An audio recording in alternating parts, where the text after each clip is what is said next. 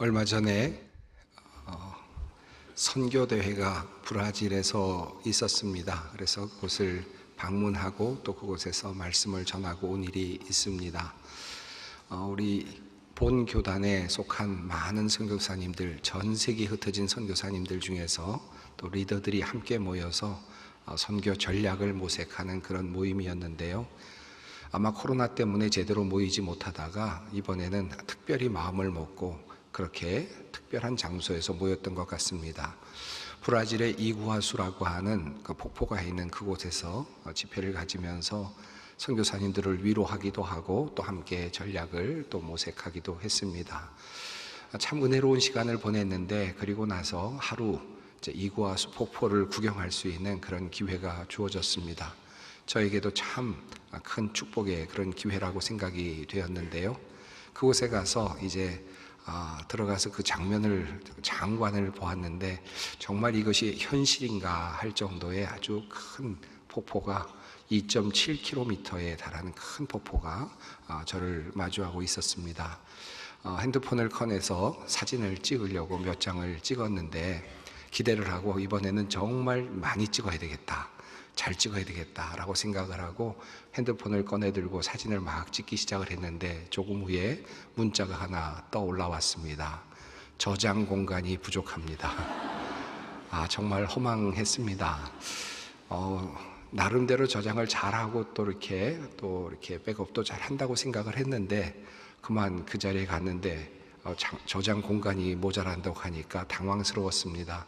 나름대로는 뭐 따로 특별하게 백업을 할 수 있는 상황도 아니었기 때문에 열심히 지나간 사진들을 하나씩 지워가면서 또 찍고 또 찍다가 저장 공간이 부족하다 그러면 또 몇 개를 지우고 또 찍고 하면서 그렇게 몇 장 겨우 남겨왔습니다. 그렇게 시간을 보내면서 제 마음속에 참 이 저장을 하는 것도 중요하지만 삭제하는 것도 참 중요하구나 하는 생각, 또 덜어내는 것도 굉장히 중요하구나 하는 생각을 하게 되었습니다. 컴퓨터나 핸드폰이나 저장 공간이 부족하면 메모리 용량을 늘리면 된다고 하니까 그래도 또 과학이 발전하고 있으니까 계속해서 또 그렇게 용량을 늘리면 되기는 하겠죠. 그런데 우리 인간의 뇌를 한번 생각해 봤습니다. 정말 우리 인간의 뇌는 대단하다라는 생각이 들지 않습니까? 하루 종일 보는 것이 얼마나 많습니까? 촬영으로 말하면 그 메모리 용량이 얼마나 될까요? 귀로 듣는 게 얼마나 많습니까? 또 감각으로 경험을 하게 되는 것이 얼마나 많습니까? 이 모든 것들을 데이터로 아마 따진다면 어마어마한 데이터일 텐데 그것도 하루도 아니고 365일도 아니고 전생애 동안 그것이 계속해서 쌓이는데 그것이 어떻게 가능할까? 어느 날 갑자기 뇌에서 저장 공간이 부족합니다 라고 그런 신호가 온다면 어떨까 하는 생각도 들긴 하는데 우리가 살아가면서 그런 경험을 한 적이 거의 없지 않습니까? 하나님의 창조의 섭리가 참 놀랍다 하는 생각이 들기도 합니다. 최근 흥행 중인 영화 중에 인사이드 아웃 2라고 하는 그런 그 속편 영화가 애니메이션 영화죠. 영화가 지금 상영 중에 있다고 하는데요.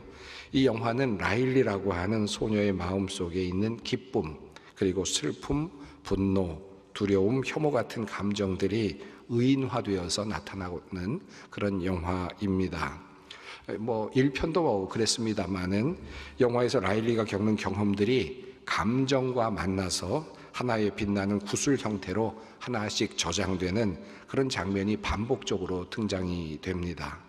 라일리가 경험하면서 슬픈 경험을 하게 되면 슬픈 구슬이 하나 만들어지고요. 또 기쁜 일이 일어나면 기쁜 구슬이 하나 만들어지고 하나씩 쌓여가는 거죠. 하루에 수백 개의 그런 구슬들이 쌓여갑니다. 그 구슬들은 다 어떻게 하는가? 밤에 라일리가 잠이 들게 되면 청소부가 나와서 구슬을 장기 저장소로 보낼 것과 그리고 쓰레기장으로 보낼 것을 이렇게 나누어서 보내는 그런 장면이 나타납니다.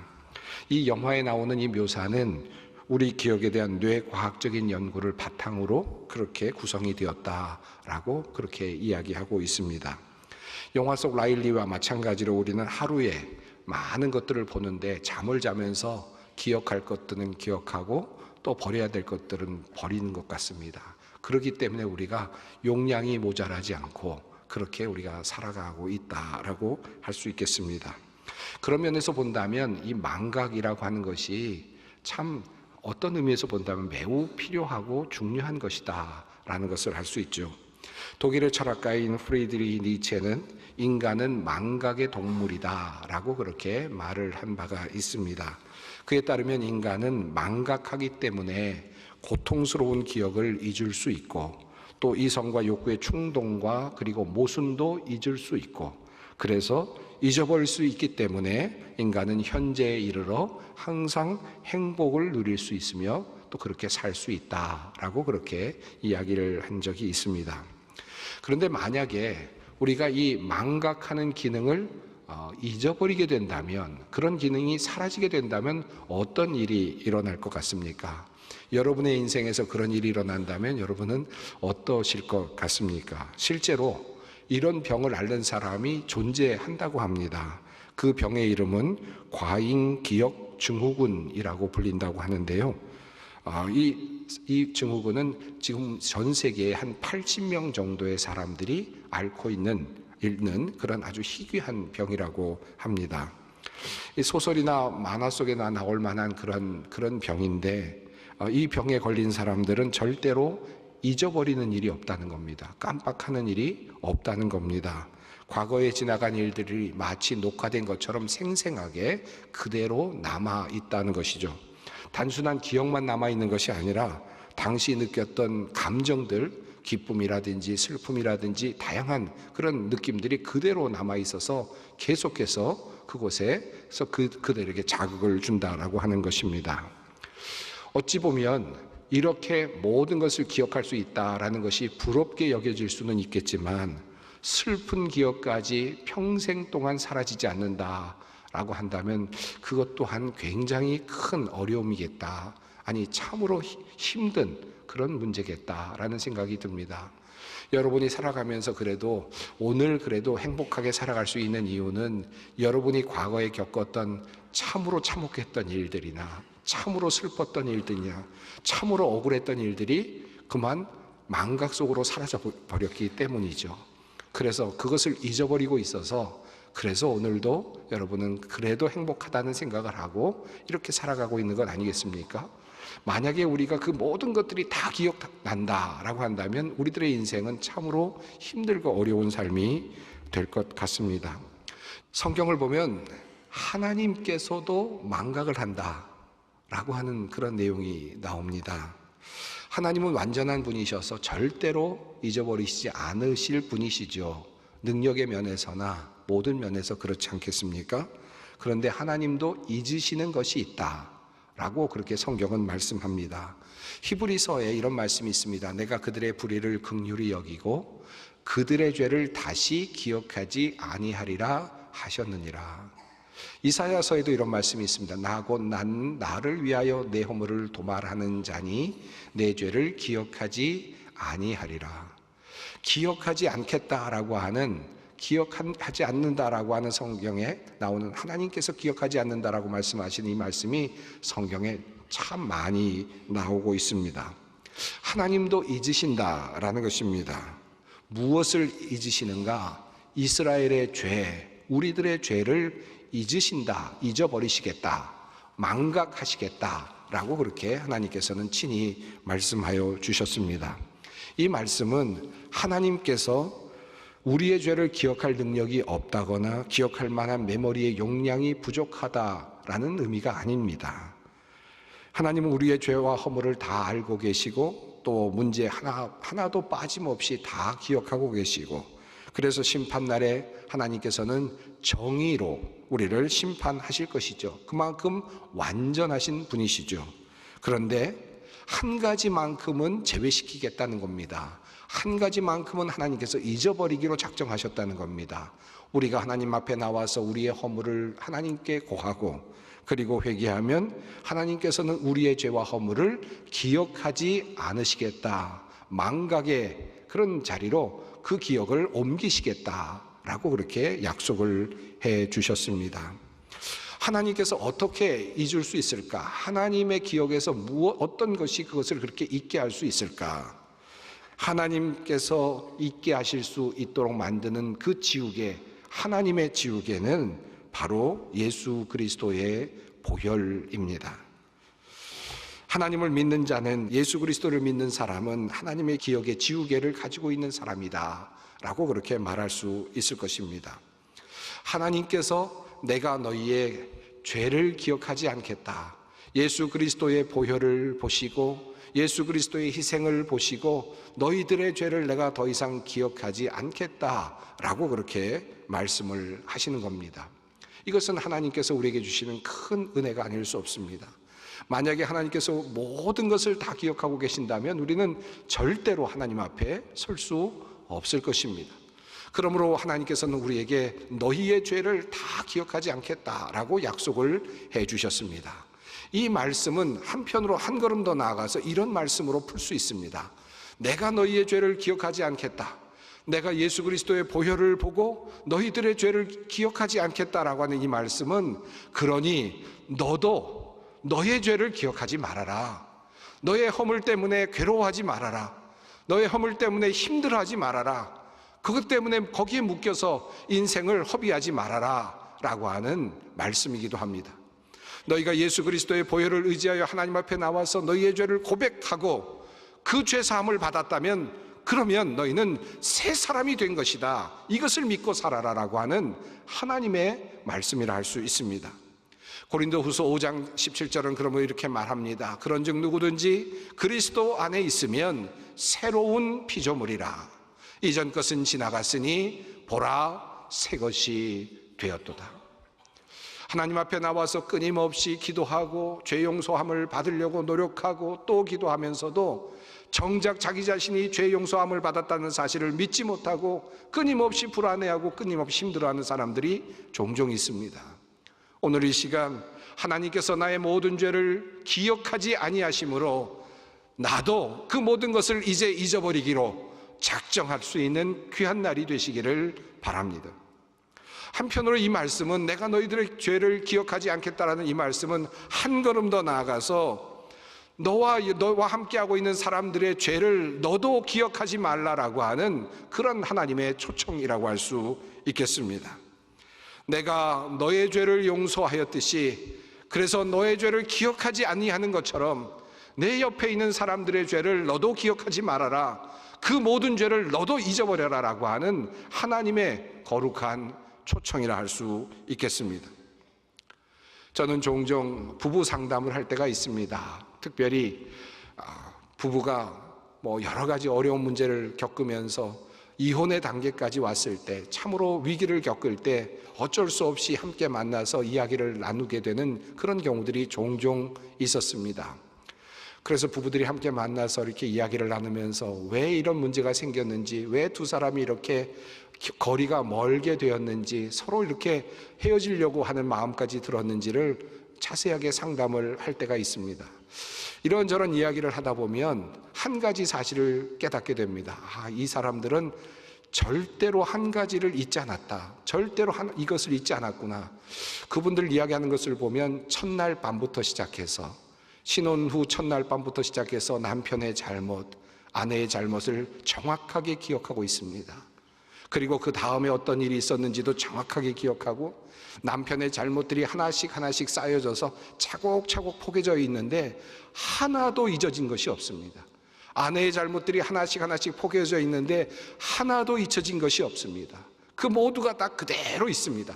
모두 다 고스란히 기억을 하고 있습니다. 그러다 보니까 남편과 아내가 그만 힘든 상황이 되고 결국은 그렇게 위기를 경험하게 되는 것을 보았습니다. 하나님께서 우리의 죄를 기억하지 아니하시는데 우리도 다른 이들의 죄를 기억하지 않아야 되지 않겠습니까? 그것도 내 아내, 내 남편의 죄를 기억하지 않는 것 무엇이 어렵겠습니까? 그런데도 불구하고 우리는 아내의 죄를 하나씩 기억하고 그것도 잊어버릴까 봐 아주 머릿속에 또렷하게 새겨 넣는 그와 같은 미련함을 보일 때가 있습니다. 하나님께서 너희들의 죄를 내가 기억하지 않겠다라고 하는 말씀의 그 이면에는 너희도 다른 사람의 죄를 기억하지 말아라, 다른 사람들의 허물을 기억하려고 하지 말아라 라고 하는 그런 관대한 하나님의 초청이 담겨 있다 할 수 있습니다. 이렇듯 망각이 하나님께서 우리에게 주시는 큰 축복입니다마는 한편으로 기억은 하나님께서 우리에게 주시는 또 다른 축복이라고 할 수 있습니다. 망각만큼 중요한 것, 아니 망각보다 훨씬 더 중요한 것이 있다면 그것은 기억하는 것이라 할 수 있습니다. 만약에 우리가 모든 것을 다 망각하게 된다면 어떤 결과가 생겨나겠습니까? 뇌과학자들이 주로 이야기하는 재미있는 예화가 하나 있죠. 1926년에 태어나서 2008년까지 사셨던 헨리 구스타프 몰레이슨이라고 하는 분의 이야기가 있습니다. 이분은 어려서부터 간질병을 앓았습니다. 그래서 이것을 치료하려고 부단히 애를 썼는데 이 간질병을 고칠 수가 없었습니다. 그런데 1950년경에 한 가지 뇌과학에 그런 발견된 것이 있었는데 아마도 이 간질의 원인이 뇌에 있는 해마 부분에서, 해마라고 하는 그곳에서 일어나는 것 같다라고 하는 연구가 있었다는 거죠. 그래서 여러 가지 약물로 치료를 하다가 결국은 되지 않아서 뇌 안에 있는 해마 부분을 제거하는 수술을 받게 되었습니다. 그 제거했던 수술이 받았던 때가 1953년이니까 그분이 27살 되었던 때였습니다. 수술의 결과는 좋았습니다. 간질병이 사라졌습니다. 그런데 한 가지 부작용이 일어나게 됐다는 것입니다. 이분이 수술을 받고 나서부터는 수술하기 전까지의 모든 기억은 하나씩 축적이 되어서 그대로 남아 있었는데, 그런데 그 다음 해마 부분을 제거한 다음부터는 이 기억을 축적하는 것이 사라지게 된 것입니다. 그러니까 다시 말하면 기억을 안에 머릿속에 집어넣는 그 장치가 그만 고장이 나게 된 것입니다. 그러니까 27살부터 시작되는 그의 인생은 기억이 계속해서 축적이 되지 않는 그런 상황이 된 것이죠. 한 5분 정도가 지나면 모든 기억이 사라지고 다시 리셋이 되는 그와 같은 인생을 살아가게 되었습니다. 그래서 나이가 들어서 할아버지가 될 때까지 인생을 살아가게 되는데 병원에 계속해서 치료를 받는데요. 병원에서 이 사람이 말합니다. 내가 왜 여기 있느냐? 나는 지금 27살인데 왜 내가 여기 있느냐? 왜 나는 이렇게 늙었느냐? 물어봅니다. 그때 1953년에요. 이렇게 해마 수술을 했는데 그때만 해도 의학적인 지식이 없어서 이렇게 됐고, 이렇게 돼서 지금 이런 기억을 내는 그런 기술이 없어서 지금 사라졌습니다. 라고 이야기를 하니까 알아는 듣더라는 거죠. 그런데 또 시간이 지나면, 또 5분이 지나면 내가 왜 또 여기 있느냐? 또 물어보고 또 다시 그렇게 자기 정체성을 찾더라는 것입니다. 그의 인생을 보면서 참 안타깝다라는 생각이 들면서 그가 27살까지는 살았는데 27살부터 그가 죽기까지 수십 년 동안은 과연 그는 누구였을까를 생각해 보니까 그가 과연 자기 자신을 누구라고 할 수 있었을까? 그는 그냥 27살의 그 기억에 그저 그냥 멈춰 서 있는 그런 사람일 수밖에 없었겠다. 기억이 축적이 되지 않으니까 결국은 그 사람의 정체성도 사라졌다라는 생각이 듭니다. 자, 그렇다면 하나님께서는 우리에게 무엇을 기억하라고 하실까요? 오늘 본문 말씀이 우리에게 말씀합니다. 너는 기억하라. 내가 애굽 땅에서 종이 되었더니 내 하나님 여호와가 강한 손과 편팔로 거기서 너를 인도하여 내었나니 그러므로 내 하나님 여호와가 내게 명령하여 안식일을 지키라. 너는 기억하라. 네가 불쌍한 사람이라는 걸 기억하라 라고 하지 않으셨고, 하나님께서는 너는 기억하라. 내가 강한 손과 편팔로 너희를 애굽에서 구출하여 내었다, 구원하여 내었다, 이끌어내었다. 그것을 기억하라. 그것을 기억하기 위하여 너희는 안식일을 지켜라. 예배자가 되어라 라고 그렇게 말씀을 하시는 겁니다. 창세기를 보면 안식일이 만들어진 역사를 보면 하나님께서 모든 천지 만물을 창조하시고 인간을 만드신 다음에 하루 쉬시는 날로 안식일을 지정하셨죠. 안식일을 기억하라는 말씀 속에는 하나님의 천지 창조와 인간 창조의 역사도 함께 들어 있습니다. 그러므로 안식을 기억하라는 이 말씀 속에는 두 가지 의미가 함축되어 있습니다. 이 말씀은 내가 너를 지었다, 내가 온 세상을 지었다, 너도 내가 지었다, 이것을 기억하라 라는 말씀이고, 또 너가 어려울 때, 네가 지금 애굽에서 잡혀 있을 때 내가 너희를 구원하여 나의 민족으로 삼았다, 너를 구원하여 내었다 라고 하는 사실을 기억하여라 라고 하는 말씀이라 할 수 있겠습니다. 한 걸음 더 나아가서 예수님께서도 자신의 몸을 내어주시는 바로 그 밤에 우리로 하여금 기억하라는 명령을 내리셨죠. 주님께서는 말씀하십니다. 주 예수께서 잡히시던 밤에 떡을 가지사 축사하시고 떼어 이르시되 이것은 너희를 위하는 내 몸이니 이것을 행하여 나를 기념하라 하시고, 식후에 또한 그와 같이 잔을 가지시고 이르시되 이 잔은 내 피로 세운 새 언약이니 이것을 행하여 마실 때마다 나를 기념하라 하셨으니, 주님께서 자신의 몸을 내어주시던 바로 그날, 바로 그 다음 날이면 십자가에 달려 돌아가시는데 예수님께서는 그것을 아시면서 제자들에게 말씀하시기를 이것은 내가 너희에게 주는 내 몸이다, 이것은 내가 너희에게 주는 내 피다, 이것을 마실 때마다 먹을 때마다 나를 기억하여라. 예수 그리스도께서 우리를 위하여 희생하시고 우리에게 생명을 주셨다는 사실을 너희는 먹고 마실 때마다 꼭 기억하여라. 그것을 기억하고 너희가 누구인지를 꼭 생각해라 라고 주님께서는 유언의 말씀을 해 주셨습니다. 그러므로 하나님께서 우리에게 명령하시는 기억하라 라고 하는 이 말씀 속에는 하나님이 누구이신지, 그리고 하나님께서 우리를 창조하신 분이시고 내가 누구인지, 그 안에서 내가 어떤 존재인지, 그리고 하나님께서 내가 어려울 때 어떻게 하셨는지, 그리고 하나님께서 나를 위하여 십자가에 달리시는 역사를 이루어내셨다는 그 사실, 그것을 우리로 하여금 기억하라고 말씀을 하시는 것입니다. 그것을 위해서 안식일을 지키라, 너희는 예배자가 되어라 라고 그렇게 말씀하십니다. 사랑하는 성도 여러분, 우리가 이 자리에 모여서 함께 예배를 드리고 있습니다. 우리는 무엇을 기억합니까? 우리의 기억의 연속은 결국 우리를 만들어가고 우리의 정체성을 형성해 갑니다. 우리가 매주일마다 모여서 함께 예배를 드리고 하나님을 찬양하고 하나님의 구원의 섭리를 노래할 때마다 우리는 기억합니다. 하나님이 나의 하나님이시다, 창조주이시다, 나를 지으신 분이시다, 그리고 내가 죽어도 주님께서는 나를 살리실 것이다, 하나님은 나를 사랑하시는 분이시고 나는 하나님의 사랑받는 존재이다. 우리는 그것을 늘 기억하며 살아가는 것입니다. 이것이 바로 우리입니다. 이것이 바로 예배자의 모습인 것입니다. 오늘 설교의 제목이 기억의 은혜, 망각의 축복입니다. 잊어야 할 것을 잊고 그리고 기억해야 할 것을 꼭 기억할 수 있는 우리 성도 여러분들이 되시기를 간절히 바랍니다. 지금은 선교 헌금 시간입니다. 이 예배를 통해 삶 가운데 은혜와 회복이 충만하시길 간절히 기도합니다.